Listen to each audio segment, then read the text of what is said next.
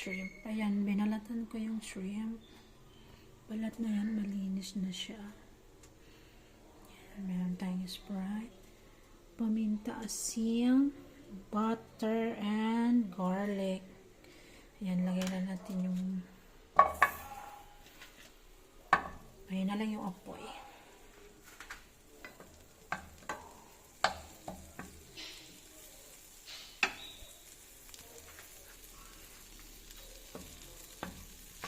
Namiss ko kumain ng ganito, mag-ulam.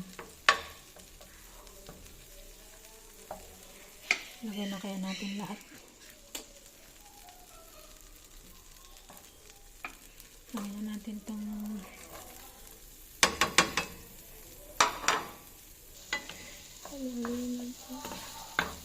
ngayon na lang apoy para hindi siya masunog. Laki na aking kawali.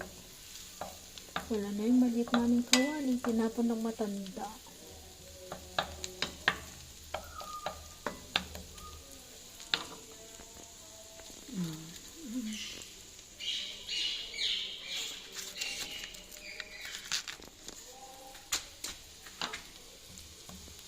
Ayan, medyo okay na yung bawa. Pwede natin ilagay yung malinis na shrimp.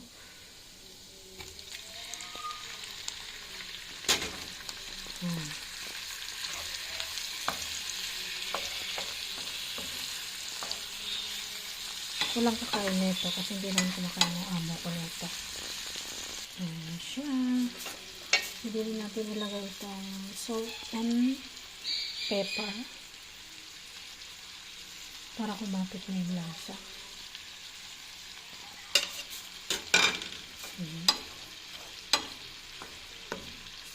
Sabi ko, ulam ako lang nito. Ayaw ng amo ko ng ng buttered shrimp. Gusto niya yung may sabaw, na may tomato paste.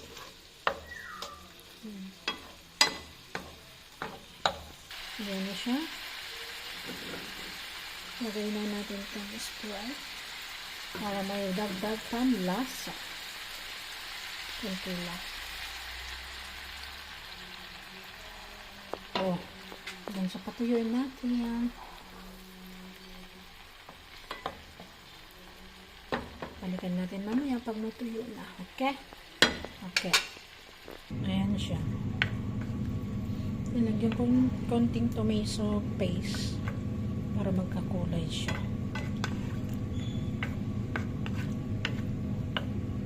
Lagyan natin ng siling maanghang. Ayan, nilagay natin yung siling maanghang.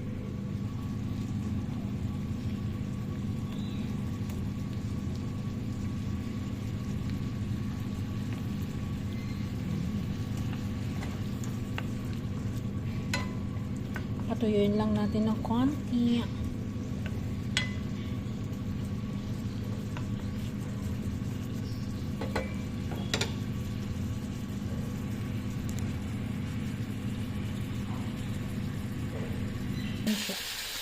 Ganan natin ng konting lemon para masarap na siya. Parang sweet and sour na siya. Gumanghang na siya din.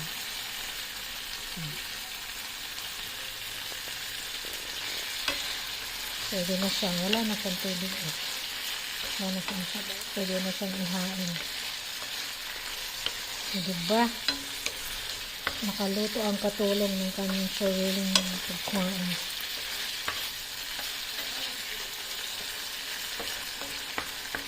Okay na to. Wala natin ito.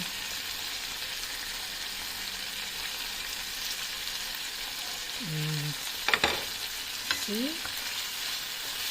Okay na ito talaga. Kain na. Kumuha na ng inyong mga plato. Tagdadalawang piraso lang tayo dito. See? Muanghang ngani. Sarap po. Wow.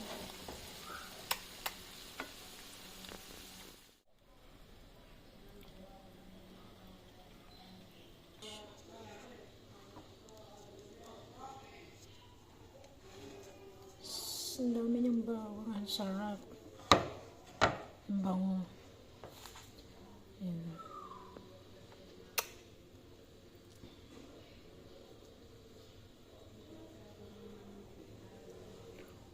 Ah.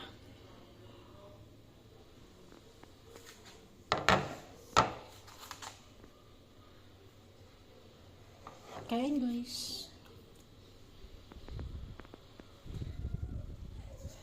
Daming butter.